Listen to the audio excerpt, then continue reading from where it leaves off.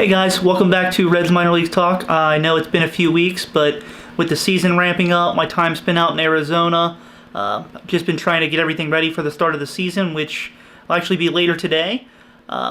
Yesterday, on Wednesday, I was up in Dayton to meet some of the players. So today we're just going to run a few interviews that we've got with some of the guys and look forward to what's going to happen in the season. You've heard obviously so much about Dayton and this city in a way. Obviously, we saw in the presentation there the major leaguers talking about the atmosphere here and any other minor league that's played here. What have you heard? What's the best thing you've heard about the Dayton community and playing here? Well, I heard it's just an amazing city. I got a little taste of that in the Futures games. It was amazing. I was shocked at how many people were here and just the crowd. Just how many genuine people were here. It was really nice. Being a town where you're gonna have fans in the stands. No one really wants to play in a stadium that no one's here. And that's just the simple fact of it. It's fun here. I have a host family that's amazing. It's just really fun to be here. I've heard nothing but great things about this city. Absolutely. Coming out of the draft last year, most people considered you raw just because you were a two-sport athlete. You hadn't really focused on baseball, so to speak. But once you got to Billings, you didn't really see that. I mean, you played very well all season. It seemed like you got better each month. If you look at your stats, you got better each month as the season went along. Do you think that was just because you were focusing solely on baseball? Did you pick up something from your manager, your coaches along the way? I picked up a lot on the way. It was Billings season was it was a fun season. It was a learning season. I figured now that was when I felt that I strove for perfection. In the past years I've tried to be good, better than everyone else. But last year and this year, I focused on perfection, perfecting just my swing. It's good to get that mindset, in my opinion, because if you fail, you'll know what you did wrong. And that last year, people, I've heard people say I had raw talent and everything. That's fine. I'm not going to really listen too much about it. I'm just really focusing on how I can get better about this organization as best as possible. So I'm really excited for this year. Excited to be in this town, and just solely just excited to be a Red, to be honest. You pretty much played all around the outfield last year. What position did you play in high school? I played mostly center. I played left my first 3 years, and then my last year I played center. So I'm used to being all around the outfield, just anywhere that the team needs me the most, really. So you're relatively comfortable everywhere at this point? Pretty much, yes. Last year you got drafted. Pretty much you had a couple days out in Arizona before you went to Billings. Mm-hmm. But this year you had a full spring training. Yes. What was that like? Was just the different experience, I guess, of kind of having that full 4 or 5 weeks under your belt? Yeah, it was amazing. That spring training, it was one of the best in my opinion. I was just really excited about how many big leaguers and AAA guys are so willing to help the younger guys and guys in the lower levels. It was amazing. Talking to Jesse Winker, that meant the most to me the whole spring training, really. Just talking to him, getting to know him, and him taking the time. I'm just a new guy on the block, and he just came up. Played, I think it's his 4th year, 5th year in the with the Reds, and he came up to me. He just wanted to get to know me. And that meant the most to me, honestly, because a guy that has so much respect in the organization to come and talk to me, it was amazing. I learned a lot from him. I learned a lot from other players. It was amazing. I gained so much out of that and had a time of my life. Okay, so we're going to see a home run your first at bat tomorrow. What's the deal? I'm not sure. I kind of set the reputation for myself, but we'll see what happens. And is it something like that where you're just so jacked up and so focused, or when a situation happens like that, or just home runs come when they come? they just come when they come. I kind of just black out, especially the one that happened when I was playing up with the Reds. I don't remember that. Like, everyone asked me, like, oh, what was it? What was it about? I don't know. I blacked out. Like, I don't remember. I just remember, like, looking up around in second, and I was kind of just like, oh, wow, like, that went out. But, I mean, it's cool.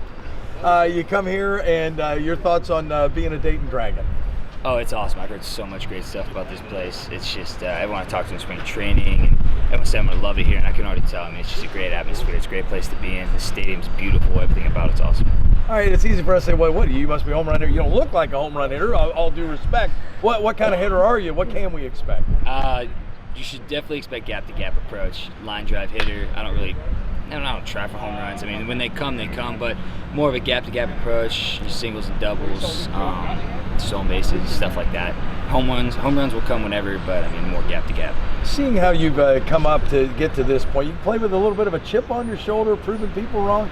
Yeah, I've just always kind of been the underdog, and that's the way it's always been. And I mean, I kind of like that because I like coming down from the bottom and coming up to the top and kind of opening eyes, and people just saying like, well, like, who is that kid? Who is he? I like to be that type of kid. And now it's not as much like that, but I still like to play that way. I still like to think to myself that I still have something to prove. And that way in my head, when I earn something, it just means that much more to me.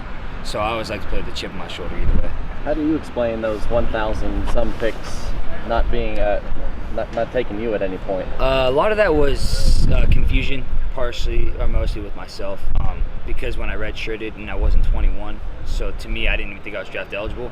But it was also me not asking my coaches and kind of making myself aware that I was draft eligible until I got a call 2 weeks before the draft, and that's the first time I ever knew I was draft eligible. But I mean, it's just kind of amazing like how something like that could go the whole year without knowing something like that, because I mean, scouts are there the whole year. And I was never told or never made aware once. But I mean, I'm not really upset about it anymore. I mean, I am where I am now, and it all worked out. I guess kind of a blessing in disguise when you consider the bidding war that happened. Yeah, absolutely. And that's what I talked to my parents about the whole time. Is like, yeah, it kind of hurts that the draft happened, nothing came of it. But like you said, it's a blessing in disguise. Everything works out how it is, and I'm where I am now. At this level, we always talk about development of players, but the fact of the matter is, you guys want to win, don't you? Yeah, no, absolutely. I mean, our main goal is to come out every day and get a win. Especially, I wasn't here last year, but seeing the season they had last year, I mean, our goal is just to come out and get as many wins as possible, especially in front of a crowd like this. When you're getting so many consecutive sellouts, you want to bring wins to these fans. And you have such loyal fans like you have here in Dayton. Our main goal is to bring wins. You mentioned that you redshirted. I guess it was your redshirt sophomore year. Yeah. And you mentioned kind of taking the underdog approach for that. What did you learn, I guess, in that time off, not playing, just kind of what your approach to the game was at that point? I had a lot of time to step back and learn a lot of things, and being not away from the game but not being in the game as long as I was kind of gave me time to learn the game. A lot of stuff that I didn't know as a sophomore in college that I thought I knew. It was actually like another blessing in disguise type deal, because that 1 year I learned so much about the game of baseball that I never knew before that I still take to the game this day. You played with the Team USA baseball after last season. What were some of the things that you picked up playing on that level against such high caliber competition on the international? It was a lot, especially when you go over to Taiwan and Japan. You learn a lot because you see a lot of different pitching, and their style of pitching is completely different from what we have over in America. And what they throw out there, every ball they throw has to have a certain type of movement. You don't see flat fastballs. Every pitch they throw is awesome, whether it's 3-0, 2-1. There's no hitters count. Everything they throw is going to be different. So I mean, it really changes your approach. But that's the type of thing that helps with development, where you change your approach, pitch to pitch, at bat to at bat type deal, and that helps coming over here into pro ball a lot. You know, Go ahead. how much are you chomping at the bit to get out there and playing every day, given the expectations that come with being a first rounder and dealing with the injuries that you had last year? I mean, I'm ready to go. I mean, I've been asked that a lot, and but the wrist is good, concussion, everything. I'm ready to go. I'm looking forward to tomorrow, and it's just spring training. That was the first time really playing since August, I think it was. But even when I was playing, it still wasn't 100% last year and everything. So to be 100%, I'm feeling really good physically. Do you feel like you have a lot to prove to people watching? I think last year I kind of let that get to me enough, but especially this year, just go have fun, play, and I think the numbers and everything will take care of itself. How important is winning. I mean, that's kind of like been the theme this offseason where, okay, top to bottom, this organization needs to win more. You went through a tough season, not just personally, but on a team. So do you think that's possible? I mean, I think it is. I mean, of course, everybody wants to win at every level, but I mean, no one's going to say, "Oh, we're going to have a losing record this year." But I mean, I really do. I firmly believe that this is a totally different team than what it was last year, and we actually do have a really good shot this year to not only go far in the playoffs, but I firmly believe that we can win it. I mean, we're deep in everything, every position, and this is just, I think, a different environment and different kind of. I don't know, in the clubhouse, everybody kind of gets along with each other and kind of one big thing. So I think it's huge. Did you feel a little snake bit last year? I mean, was there any the risk of concussion? Did you start to feel, yeah, this is not good? I mean, especially getting a concussion, second or third week of the season, and then the day before we're actually leaving to come here for spring training, I got food poisoning. I don't know if nobody kind of knew that, but it was just like. I mean, it was just one of those things. I can't control it, so you just kind of got to go with the flow with it. Yeah, how about that, Tyler? Did you ever have that why me moment? I did a couple times, but it's just one of the things. Like I can't control it, so it's just like whatever. Just I took the most out of it last year and kind of learned a lot. So I'm kind of glad. I'm not glad that it happened, but I kind of, as a mental side, I kind of took the most out of it. Do you think winning at this level can help fuel development amongst all the groups? Absolutely. I mean, it's. I remember last year it's kind of hard to, at times, it's hard to enjoy it whenever stuff's kind of going so bad. But I think winning, and I mean not only winning, but just having fun, kind of in the clubhouse and everything. That I think goes more into the development side, just enjoying it and having fun. Because I mean that's what everybody kind of says is it's kind of. I mean you just have to have fun with it, and it's hard to not enjoy it. It's like go back to when we were in T-ball. Nobody cared about winning or losing. We just had fun with it. So that's got to kind of bring that mentality into this year and just have fun. With all the time that you missed last year, I think you pretty much, even though you came back, you never played for 3 straight weeks all season. Yeah. But you were always with the team. Absolutely.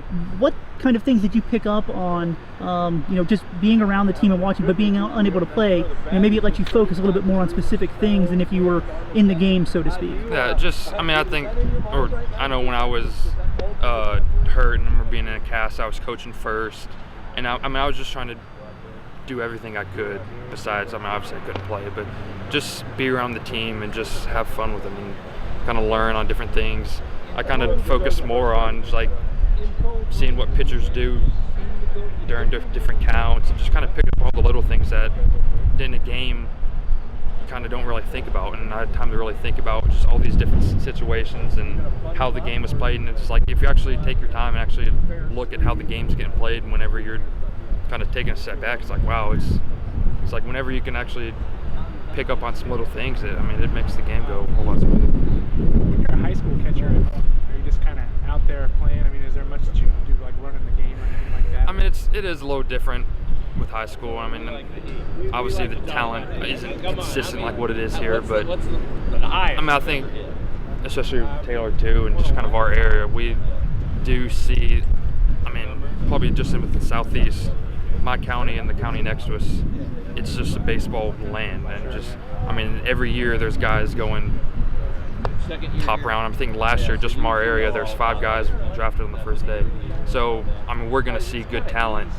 So, I kind of got spoiled with that, I think, kind of getting the transition into this. So, there's not as much, I guess, really on the controlling the game side, but. I just wondered, because I know, Devin, it took Devin a long time. Yeah. Before he was ready, I think maybe that's probably fairly clear. Yeah, I'm not, it's just like, it's not something, it's just, you can't really compare high school to this, or even sometimes college to this, just based on what some guys say. But I think just when our area in summer ball, I did see a bunch of good talent guys, but you play those good teams and you play some really bad teams, but it's just playing those good teams over and over again. That's what it is like here. So, it takes a while to get used to, but I think by now, I'm used to it by now. I'd kind of like to ask you, so did you have a welcome to the pros moment last year? But it sounds like you might have had a few dozen welcomes. Yeah. We're not in Kansas anymore moments. Do you have a greatest hits list there, or just things that are No, I can't really. I don't know. It's like even now, it's like I've still kind of, it's like, whoa, like this is kind of happening. It's like I got drafted. It's like this is like, whoa, but I don't know. It's kind of a lot to take in, honestly. But it's baseball. Go play baseball, and that's really what it is. So, have you set any goals for yourself this season, or just stay healthy and see what happens? I mean, I think that's what I can go for. I mean, you can talk all these numbers and everything, but I don't know. I'm not really worried about that. And just if I can be healthy and just stay healthy. I mean, that's the biggest thing I think this year. Just stay healthy. Let's go through a full season. Whatever numbers happens, so be it. So. He mentioned earlier, high school catchers, and I think it's just catchers in general. They take a little bit longer to learn everything because there's so much on your plate. You don't have to worry about just hitting and just defense. I mean, you got to deal with a pitching staff, which through the season it might be 25 different guys that you've got to learn to work with. I guess, what especially early on when you're getting to learn almost everybody on the staff. How do you go about preparing for something like that? I mean, it's something that you can't just pick up overnight. And even, I remember when I was in Billings, it was a lot to kind of take in, and it's a big jump. But I think, especially with these guys, I was with most of them last year, and if not, I've caught them in spring training and everything. So I think it will be a good year, and just kind of with the pitching staff. But I mean, it's like I'm still going to be learning more and more each year. So I think the big thing is just have that communication between the two guys, or just me and the pitchers. And if that communication can be there, then the rest is kind of history. Just be on that same page.